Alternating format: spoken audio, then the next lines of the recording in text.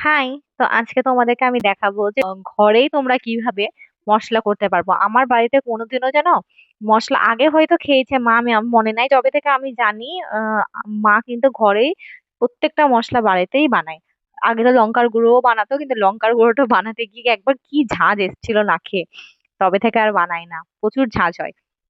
তো যাই হোক, আমার মা তো এখন নেই, কলকাতায় গেছে। তো মশলাও শেষ হয়ে গেছে, মা মশলা করে দিয়েই গেছিল অনেক টাইম মতো। তো শেষ হয়ে গেছে, তো আমি ভাবলাম যে ফালতু কিনে খাওয়ার থেকে বাড়িতে বানিয়ে নেওয়াই ভালো। তো সেদিন বাড়িতে একাই ছিলাম, বাবা যেহেতু নেই, বাবাও কলকাতা গেছে। তো ভাবলাম যে কি ফাঁকা আছি, আর সেদিন রান্নাও সেরকম কিছু ছিল না, ভেজ ডাল বানিয়েছিলাম, আর তোমার ডিম ভেজেছিলাম, আর ভাত খেয়েছিলাম। তো কোনো রকম বেশি রান্না বান্না রাখিনি। তো ভাবলাম যে এই কাজটাই করিনি, আর প্রচুর রোদও উঠেছিল। সকালবেলা ব্রেকফাস্টটা সেরে নিয়েই ধনাটাকে কি করলাম, আগে ভালো করে ধুয়ে নিলাম। ধনাটাকে ধুয়ে নিয়ে, আর জিরাটাকে মা ধয় না, আমি জেনে নিয়েছিলাম, তো ধনার একটু নোংরা বেরায় বেশি, জিরাতে সেরকম না, মুছে নিলেই হয়ে যায়। দিয়ে ভালো করে ধনাটাকে ধুয়ে নিয়ে আমি খাঁচাতে রেখে দিয়েছিলাম, ওই খাঁচাতে না, ওই বড় ওই ও, চা ছাকা ছাকনি গুলোতে, সেখানে রেখে দিয়েছিলাম। আর পুরোটা জল ঝরে গেছিল, তারপর আমি শুকাতে দিয়ে দিয়েছিলাম। আর এইভাবে নেটের একটা ওড়না দিয়ে ঢেকে দিয়েছিলাম, কারণ পায়রা ফায়রার খুব অত্যাচার, যদি মুখ দেয় বা ছিটাই, ওই জন্য আমি দিয়ে দিয়েছিলাম। আর বারবার করে নেড়ে আসছিলাম, যাতে আহ, মানে কিছুটা শুকিয়ে, মানে একদিনের মধ্যে যতটা পারবো আমি শুকিয়ে নেওয়ার চেষ্টা করেছিলাম, কিন্তু ধোনাটা আমার একদিনে শুকায়নি, ধোনাটাকে আমাকে পরের দিন আবার দিতে হয়েছিল। তো তোমরা দেখতেই পাবে। আর আমি সেই দিন ভেবেছিলাম আমি সব মশলা করব, কারণ আমার সেদিন ওয়েনেসডে ছিল, আর আমার ওয়েনেসডে করে পড়ানো থাকে না। তো আমি ভেবেছিলাম যে আজকেই আমার দিনটা ঠিক আছে, কারণ কালকে আমি তো পড়াতে চলে যাব, 4টা থেকে হবে না। তো আমি ভাবলাম যে আজকেই কাজটা সেরে নি, একটু লেট হলে, স্নান করতে লেট হোক।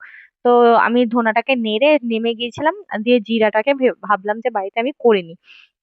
আর খুব ইজি, তোমার জিরা ফিরা করাতে কোনো বেশি টেকনিক লাগে না, মিক্সিতেই ঘুরিয়ে নেওয়া যায়। কিন্তু ধোনাটা যখন, যেদিন আমি তোমাদেরকে দেখাবো, এর পরের ভিডিওতে আসবে সেটা, যে ধোনাটা আমি একদিনে শুকাই যেহেতু নিয়ে, আমি সেদিন করতে পারিনি, ওটা একটু ট্রিকি ব্যাপার আছে।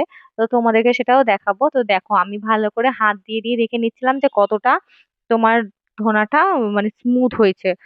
কারণ পুরোটা একদম একদম মানে মিহি মিহি পেস্ট করে দিতে হবে। আর আমি দেখে নিচ্ছিলাম চেক করে করে বারবার, আমার যখন মনে হচ্ছিল যে না আর একটু করা উচিত, তখন আমি আবার ঘুরিয়েছিলাম।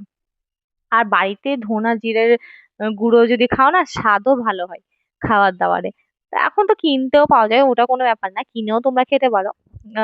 কারণ আহ, সবার তো আর হয় না সম্ভব যে হ্যাঁ, অনেকে বিজি থাকে, বাইরে থাকে, তখন আমরা কিনেই খাই। অনেকে কিনেও খায়, অনেকে এইভাবে। কিন্তু এইভাবে একবার বাড়িতে তোমরা ট্রাই করো, সত্যি দেখবে আর কিন মানে কিনা জিনিস আর খাবে না। তারপর আমার হয়ে গেছিল ওটা। আমি মানে যখন বাজার গিয়েছিলাম, মাসের বাজার করতে, তখন আমার দেখলাম গোলমরিচের গুঁড়োটা অল্প আছে। আমাদের বাড়িতে গোলমরিচের গুঁড়ো প্রচুর পরিমাণে খাওয়া হয়, মানে কিছু কিছুতেই খাওয়া হয় এরকম ব্যাপার। মানে একটু ম্যাগি করলে গেলেও আমরা গোলমরিচের গুঁড়োটা দিই। আমি তো দিই। তো যাই হোক, গোলমরিচটা শেষ হয়ে গেছিল, তো অল্প ছিল, তো আমি ভাবলাম যে গোলমরিচটাও আছে করে নিয়ে সেম ভাবে রোদে দিয়ে এসেছিলাম 1 ঘন্টার মতন। তারপরে একটু যখন গরম গরম ছিল তখনই আমি করে নিয়েছিলাম। আর এতটা হয়েছিল, অনেকটাই, বেশ অনেকটাই মশলা হয়েছিল। আর এই মশলাটা করে নিতে গেলে না টেনশন ফ্রি, 1 মাস আর কোনো কিছুর ঝামেলা নাই। তো তোমরাও একবার এইভাবে বাড়িতে মশলা বানিয়ে খেয়েও, খুব ভালো লাগবে। তো ভিডিওটা কেমন লাগলো জানাও। Thank you for watching.